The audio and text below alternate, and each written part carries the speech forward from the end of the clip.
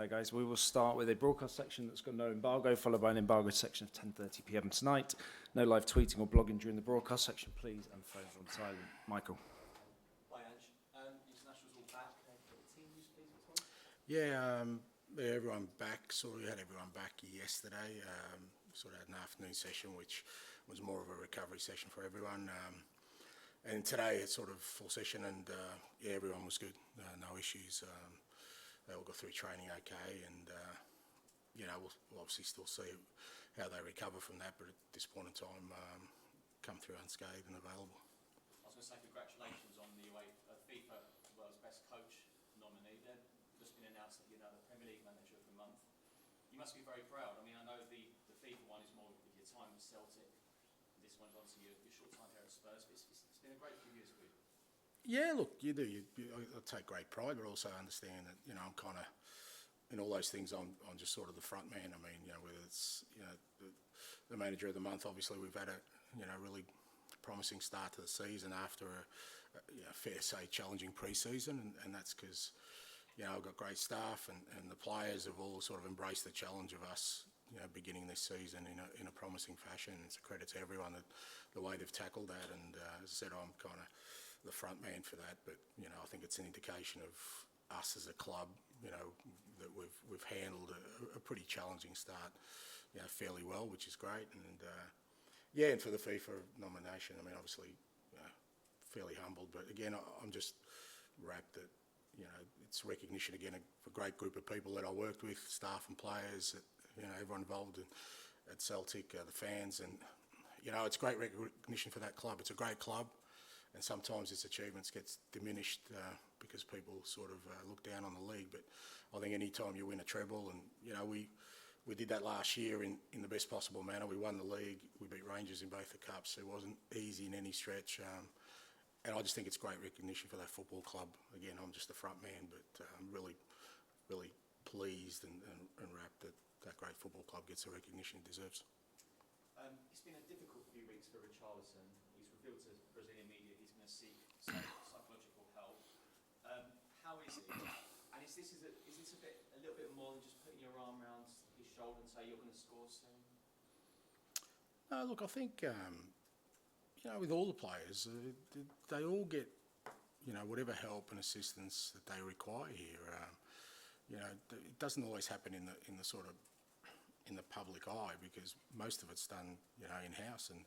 But we provide all the support and whatever players may need. Sometimes they seek help. Sometimes we offer the help.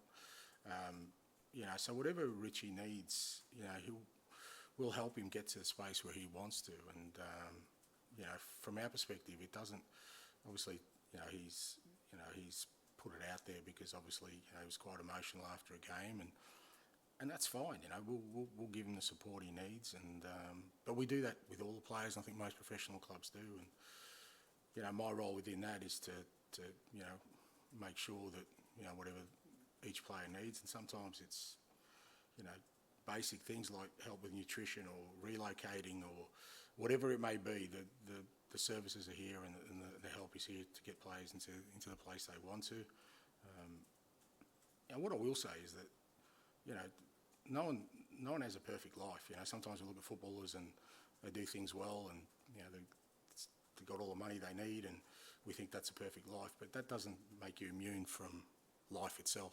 So I'm sure that every player in our dressing room is dealing with something. It's about giving, you know, and sometimes players, I think, fall into the trap of thinking their life should be perfect because of, you know, the position they're in. But that's not how life works. You know, what you do and, you know, all those kind of things, like I said, don't make you immune from what life throws at you. There's always going to be something in your life that, you know, is not where you need it to be. It's about keeping perspective, keeping a balance. You know, there are probably parents and people this morning who've probably had a few rough days, but they still have to front up to work and not lose their job, because that's part of life. And you know, that's kind of the advice I give to all the players, is to always try and keep a balance, because you're always going to have something in your life that's probably not where you want it to be. Absolutely. On the 25-man squad, Ange, I suppose it's fair to say most expected Hugo to have moved on by now. He hasn't. Eric Dyer didn't find another club, so they are back in the squad.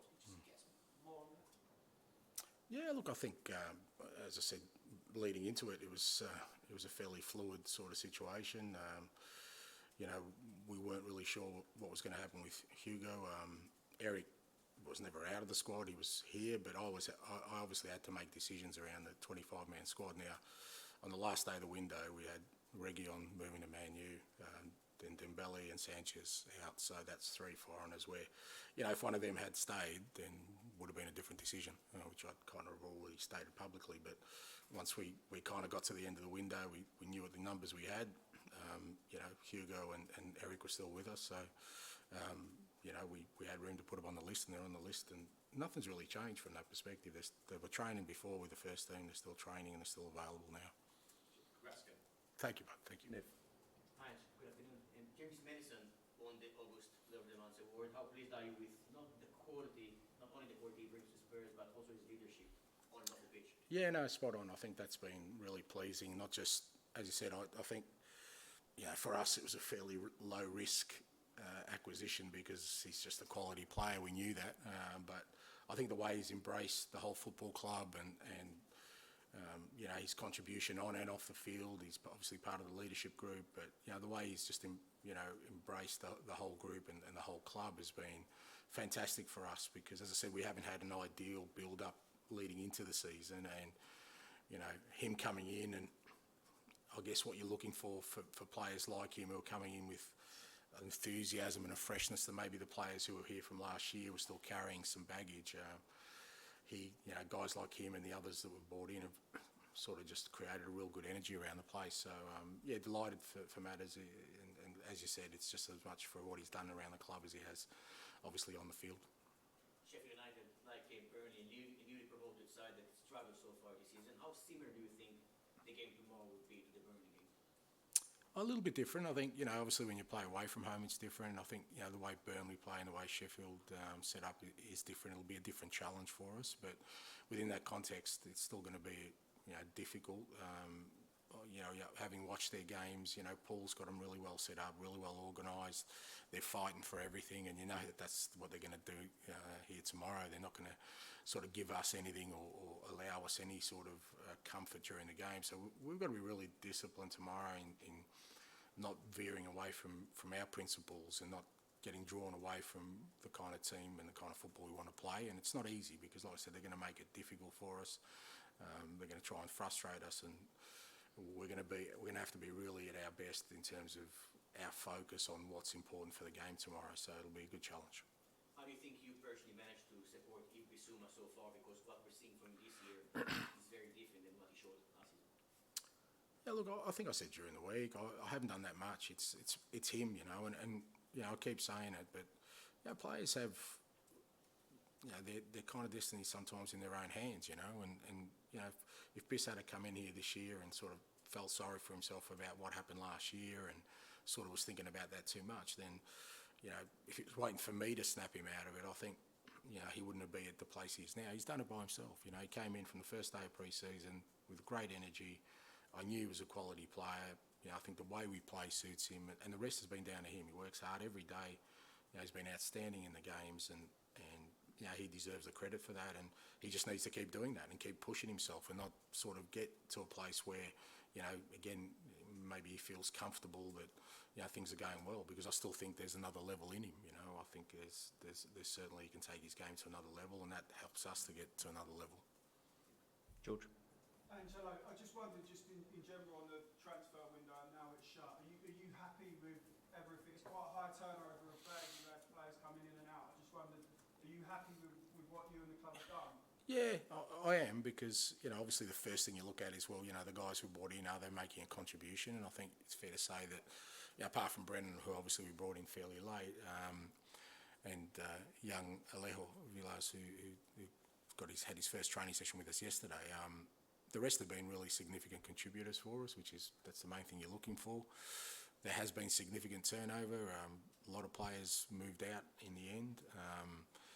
And I reckon that's about the maximum you can do in one window without it being really disruptive, particularly with me, a new manager coming in, new staff. There's so many new dynamics that I always felt this window was about, you know, making that first steps to rebuilding the squad. And I think I think they've been so far positive first steps.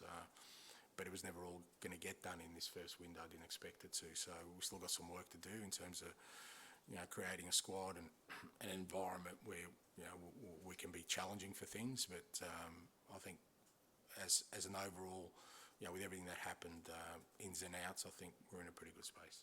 I read tomorrow that if you win, it will be Tottenham's best start to a season since 1965. So just in terms of you winning Manager of the Month, James Maddison getting Player of the Month, I mean, if you do that, and this has been a pretty good start to the season, did you expect it to go well, or did you anticipate more problems since you arrived? If, the beautiful word if. And what if we don't?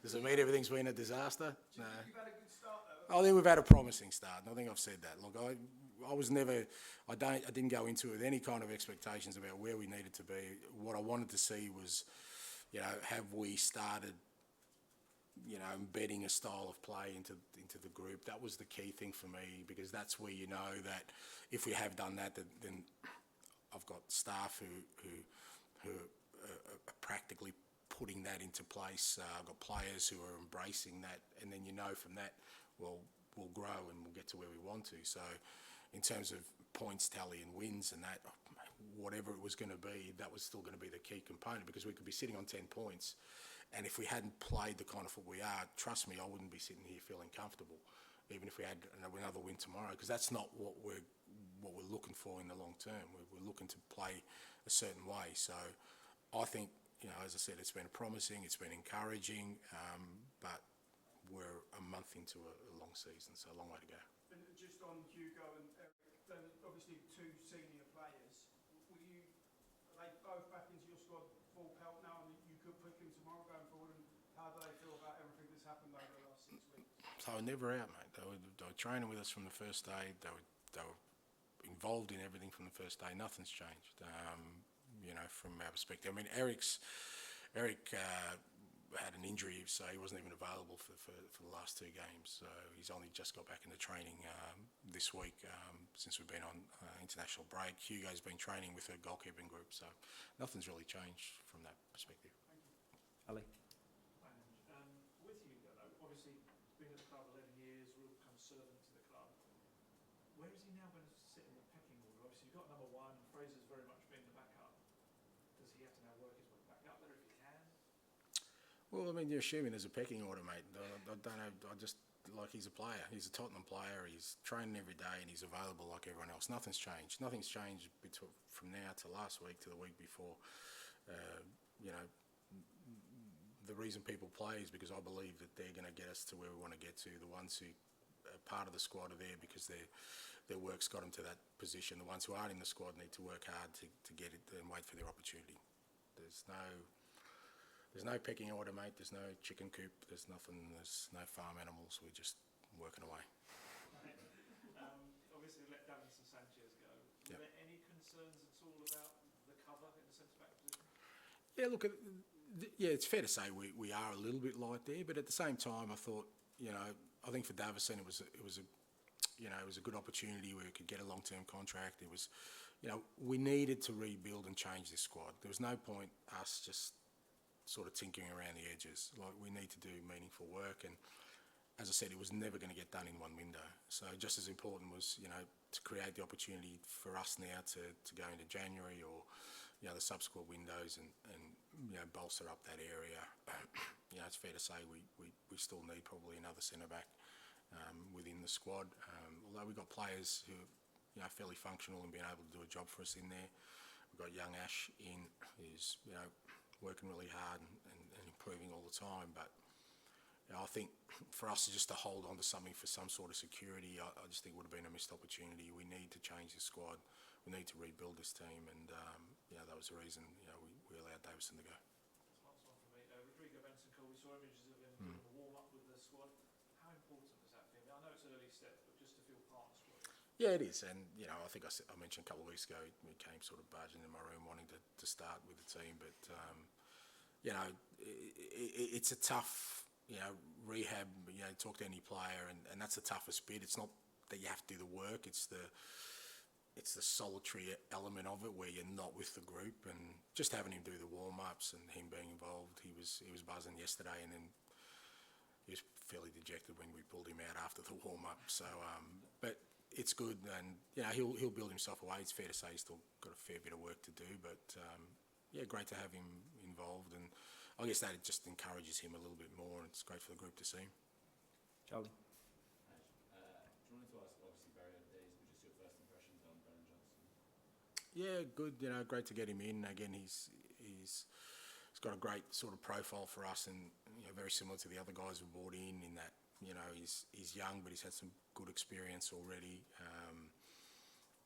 Footballing qualities he brings, I think fit really well with what we want to do in terms of he's got energy, he's got pace. I think he presses really well. He's a wide player but can score goals. So, from that perspective, he ticks all the boxes. And like I said, when I look at his career, he's obviously, he's been at Forest since he was a kid. That's his football club, but he's taken the decision to go now challenge himself. And I just think it was a really good fit for us as a club. So, he's had a couple of sessions with the boys. And again, the group's been really good in embracing all the new players who have come in. And I think he feels comfortable. And, looking forward to getting him into action. See, him and Kulusevski are quite different players in some ways. Is that quite good for you? Because hopefully there won't be too many players being overloaded with too many games. Does it give you that option that you can pick different options for? Yeah, and again, I've stated that before. I've never been one who just kind of likes to double up in positions. I like players to bring different qualities to that, and I think you're right. Decky and Brennan are different players, and they can both play more than one position in that front half, which is what kind of we're looking for. I think you look at Manor and Ivan are different kind of wingers.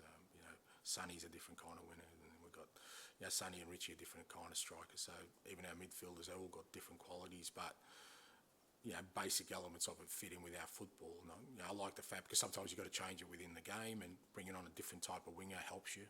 Other times, game to game, you need a different type of personnel to counteract the opposition. So that's another reason I thought it was a really good fit for us. You were talking before about the kind of fact from the outside, we often don't know what's going on in a player's personal life and that sort of thing. Where do you think football is with the understanding of mental health and the importance of having psychologists and people who get that side of the game as well? I think we do understand it. It's just that we ignore it. But who in their life doesn't have something that's stressful? I mean, I've lived 58 years now, and there's never been a time in my life where everything is perfect. I lost my father 3 years ago, and he should have been here for the journey. So I've got to deal with that. Everyone, and that's just me talking personally, but everybody in this room at this moment, you could be, one part of your life could be flying, but there'll be something. It could be a family member, it could be a health issue, it could be a financial issue. There's always something, and footballers are not immune from that. And sometimes I think they fall into the trap of thinking they are, and they're not, because just because you have money or you're really good at something, life will still find a way to keep a balance in that. There'll be stuff in there that's going to be stressful, it's going to be upsetting, and you've got to just deal with that, But do you think enough people in the game understand that as well as you see? I don't think anyone doesn't understand. I think, like I said, I just think we choose to ignore it. We just at times think, well, he's a footballer, he's got money, what's he got to complain about? Well, of course he does. But then the footballer has to also understand that, his life is not, perfection doesn't exist in life. There are, plenty of people, who have what we would assume to have all the advantages in life, who are fairly unhappy. So that doesn't exist. So it's just a matter of, I think for the most part, people are, understand that that's the case and empathetic. Sometimes we just choose to ignore it because it makes a better, not a better story, but it just makes a more impactful kind of scenario that, wow, fantastic footballer has problems. Well, they all do, mate. They all do.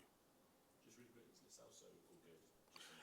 He's not available for this weekend. Did train with us yesterday, but we're kind of probably give him another week. But hopefully should be available for next week. George, we'll finish the broadcast section with you, please. Hi, Ange. I just wanted to ask you, during this last week since Hugo and Eric were not moving on, have you had any sort of one-on-one chat with them about what their role is, or do you not feel like you need to have that? Oh, maybe I should have the pecking order discussion with them. No, I don't, because that would mean that I've been treating them different up until now. Nothing's changed, you know, from my perspective. And if the players feel the need to seek clarification on something, then you know, my door's always open. But I haven't felt the need to speak to them individually about anything. Like I said, they're Tottenham players. They're available selection. They have been from the first day, and nothing's really changed. And you mentioned Eric had an injury the last couple of games. I guess that probably opened the door for Ash Phillips to be on the bench at Burnley. If the situation, you know, arose itself, would you have any hesitation playing Ash in the Premier League, or feel like you could do decent? Yeah, no, that's why he's in the squad. You know, we obviously that's why we signed him. You know, we think he's got some great potential.